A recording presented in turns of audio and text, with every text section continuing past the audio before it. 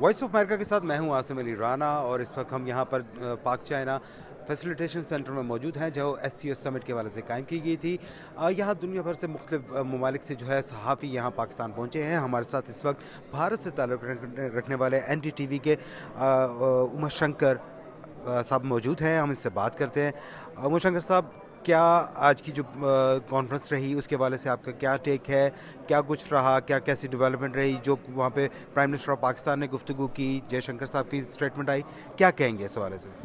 जी देखिए, ये एक मल्टीलैटरल फोरम है और मुझे ये देखकर अच्छा लगा कि आज ना तो भारत की तरफ से ना पाकिस्तान की तरफ से कुछ इस तरह की बात हुई जो एक दूसरे देश पे कोई आक्षेप लगाता हो। पहले शहबाज शरीफ जो प्रधानमंत्री हैं उन्होंने बात की, उन्होंने SCO के एजेंडे को आगे बढ़ाने की बात की। हालांकि उन्होंने आतंकवाद के हवाले से बात की, लेकिन वो अफगानिस्तान के सिलसिले में उन्होंने बात की और कहा कि वहाँ पे इंक्लूसिव गवर्नमेंट हो ताकि वहाँ की ज़मीन का जो इस्तेमाल है वो आतंकवाद के लिए ना हो।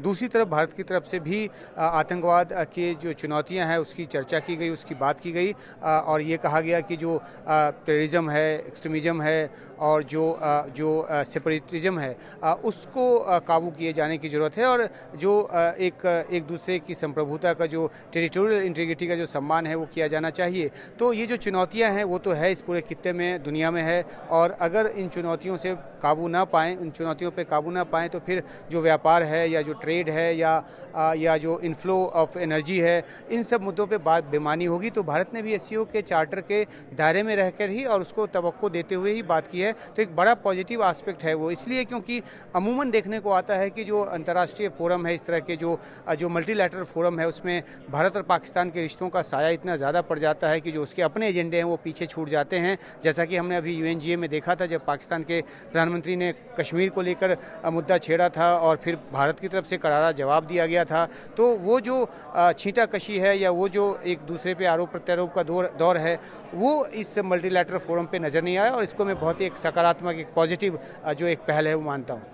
आपका ख्याल है कि यहाँ साइड लाइन पे कोई यहाँ पे ऐसी मीटिंग्स नहीं होनी चाहिए थी कि जिसमें पाकिस्तान और भारत के दरमियान एटलीस्ट जो साइड लाइन पे हो सकती थी कि जिसमें एक दूसरे के साथ एतमाद जो था, एक दूसरे का ट्रस्ट लेवल बढ़ाने के लिए वो होनी चाहिए थी? तो आप क्या समझते हो सकती थी? जी देखिए, ये ज़रूरत जो है वो दोनों देशों को महसूस होना चाहिए।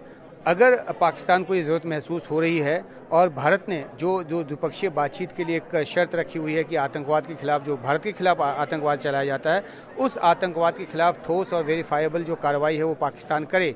और ये एक बड़ा मसला है क्योंकि पाकिस्तान ने ऐसा कुछ किया नहीं है जो भारत के भरोसे को जीत सके और इस वजह से बातचीत अटकी हुई है। लेकिन आज जो ये शुरुआत हुई है, जो एक मल्टीलैटरल फोरम पे शुरुआत हुई है और जिस तरह से कशीदगी थोड़ी कम होती नज़र आई है, हमने ये भी देखा रात्रि भोज के दौरान, हालांकि ये परंपरा का हिस्सा है कि भारतीय सांस्कृतिक कार्यक्रम भी पेश किया गया। आज विदेश मंत्री जयशंकर ने टहलते हुए एक फ़ोटो डाला, जबकि पाकिस्तान में सिक्योरिटी का सिनेरियो इतना ज़्यादा होता है, उसमें एक तरह से एक सॉफ्ट अप्रोच लेकर उन्होंने इस बात को आगे बढ़ाया है। तो जो गंभीर मसले हैं वो अपनी जगह हैं, बातचीत की शुरुआत होनी चाहिए, ये बात सभी समझते हैं, लेकिन बात है कि पहल किस तरफ से हो। तो जो मुझे लगता है, जितना मैंने कवर किया है और मुझे जो एक इम्प्रेशन है वो ये है कि अगर आतंकवाद को लेकर कोई कार्रवाई पाकिस्तान की तरफ से हो तो शायद बर्फ़ जल्दी पिघल जाएगी। वैसे इस तरह से जो एक छोटी सी शुरुआत हुई है मल्टीलैटरल फोरम पे ही सही, और उसके बाद जो पॉजिटिव तरीके से दोनों देशों के बीच जो एक आप कह सकते हैं जो प्रेजेंटरीज जो है वो एक्सचेंज हुई है। जिस तरह से हमने आज देखा कि जब विदेश मंत्री आए तो प्रधानमंत्री ने उनका स्वागत किया, गर्मजोशी के साथ स्वागत किया। तो इसको आप एक शुरुआत मान सकते हैं और आगे आने वाले समय मुझे लगता है कि हो सकता है कि द्विपक्षीय बातचीत पे भी बात कोई बन जाए। पाकिस्तान और भारत के दरमियान ट्रेड जो है वो काफ़ी अरसे से एक जो है वो इशू बना हुआ है कि वहाँ पर बार बार इसमें अनाउंसमेंट होती है लेकिन फिर रुक जाती है, हो नहीं पा रही। आप क्या समझते हैं कि इस तरह के जो फोरम्स हैं वो इसमें सपोर्टिव हो सकते हैं?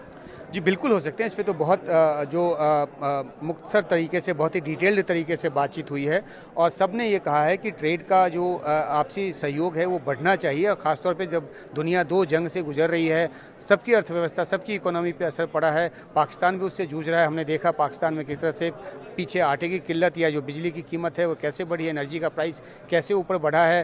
तो हर कोई जो है ना किसी चुनौती से जूझ रहा है। तो ऐसे में ये जो इस मल्टीलैटरल फोरम पे सहयोग आपस में बढ़ता है और उसके लिए जो ज़रूरी है, जो भारत की तरफ से कहा गया, वो आपसी एतमाद, आपसी जो भरोसा है वो बहुत ज़रूरी है। और कोई देश अपना जो एजेंडा लेके ना चले, चाहे वो चीन हो या कोई भी देश हो, तो जाकर ये मल्टीलैटरल फोरम जो है वो ज़्यादा कामयाब नज़र आएगा।